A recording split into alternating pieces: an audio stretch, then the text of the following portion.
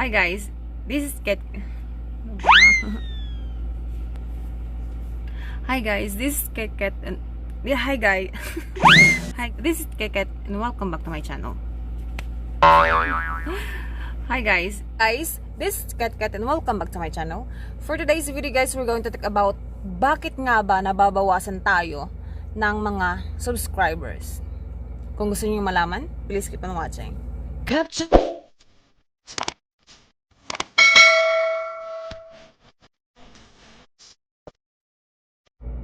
Sorry guys for the background sound. Medyo maingay yung aircon. And sorry for my background kasi ito lang talaga ang wala nang ibang choice. Okay guys, una is meron tayong mga YouTubers din na kagaya natin na paghingan ka ng pagkatapos kang hingan ng support, then after that mawawala na sila. Meron talagang ganun guys. Hindi natin maiiwasan 'yon na pagkatapos kang kuhanan ng subscribers, aalis na sila. I-unsubscribe ka na nila. I think you understand what I'm telling you right now. So, yun nga, meron talagang YouTuber din na ganun, umaalis, nag-unsubscribe sa'yo after ka nag-subscribe sa kanila. Hindi natin maiiwasan 'yon. And alam ko, naranasan nyo rin yun guys, na mawalan ng subscriber. And na alam nyo din na in-unsubscribe ka niya, something like that. Okay, pangalawa, dahil din sa atin, dahil nauuso sa atin yung paangat program, yung pamimingwit, pangingisda kung tawagin natin. Pagkatapos natin pumunta sa isang paangat program na yun, and nakapamingwit na tayo, nakapangisda na tayo, and then lilipat ka sa isang paangat program din. Malalaman ni Lolo Whitey yun kung nangingisda ka ba or namimingwit ka ng mga isda.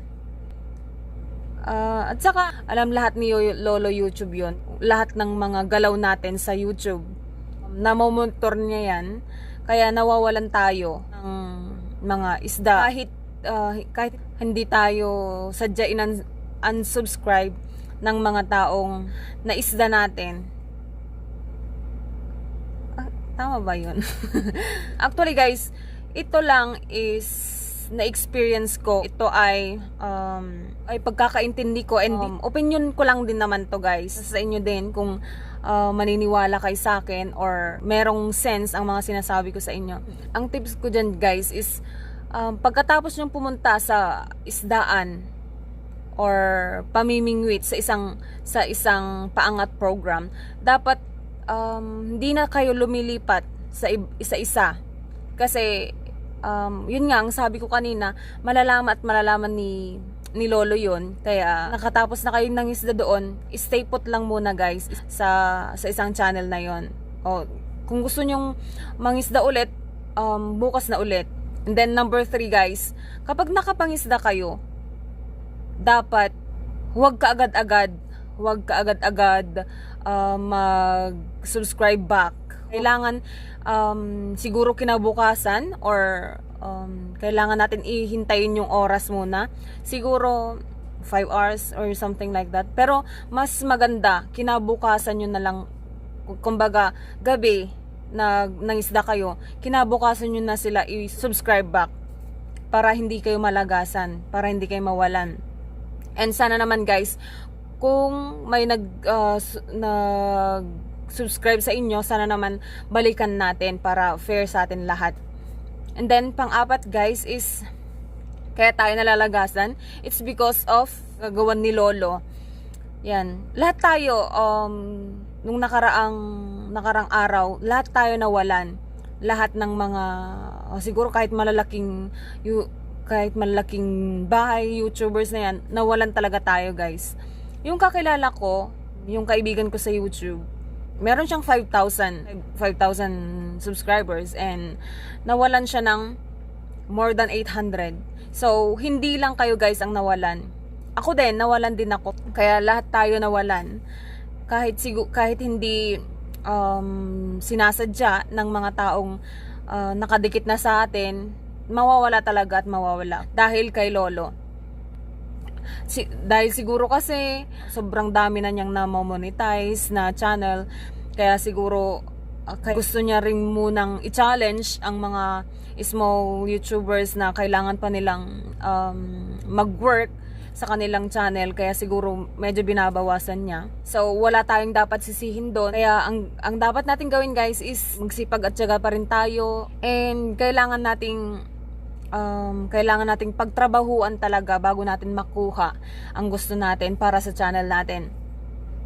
At sa mga naman guys, yun nga, nasabi ko ulit sa inyo kanina na kapag nag-subscribe sa atin, alangan din niya ng tulong natin. Please naman, ibalik nyo naman sa kanila kung ano yung tulong na ibinigay nila sa inyo para patas po tayong lahat. Lahat tayong mga small YouTubers is ginagawaan lahat para ma-monetize tayo. Kaya wag naman sanang lamangan guys. Wag sanang iwanan. Wag sanang mag-iwanan. Kasi para din naman sa atin yan. Meron pa ba? Ang isang tips ko pa guys is, yung sa mga small YouTubers, kailangan yung gumawa ng other account. Gumawa ng other account para kung sakaling ma-money na tayo guys, hindi natin pwedeng panoorin yung sariling ads natin. Kasi ma-demonetize ang channel natin. Sana lahat nasabi ko kung ano yung gusto nyong malaman. Sana na satisfied kayo guys sa mga sinabi ko, sa mga tips ko at sa mga dahilan kung bakit tayo nawawalan ng mga subscribers. And ang gusto ko lang guys is dapat tayo magkaisa. Yeah, and magmahalan tayo kung kinakailangan. Kasi meron talagang kaya natin na small YouTubers na nakakaranas ng mga bashers. Hayaan nyo lang sila guys. Ganyan lang yan. And I am planning to make a video na about sa bashers, kung motivation about sa mga nakaranas ng pangbabash sa YouTube. Sana guys na nasabi ko lahat talaga kung ano yung kailangan nyo, kung ano yung nararapat, kung ano yung mga dahilan, kung ano yung sana na-satisfied ko kayo. And that's all for this video guys. Hope you enjoy it.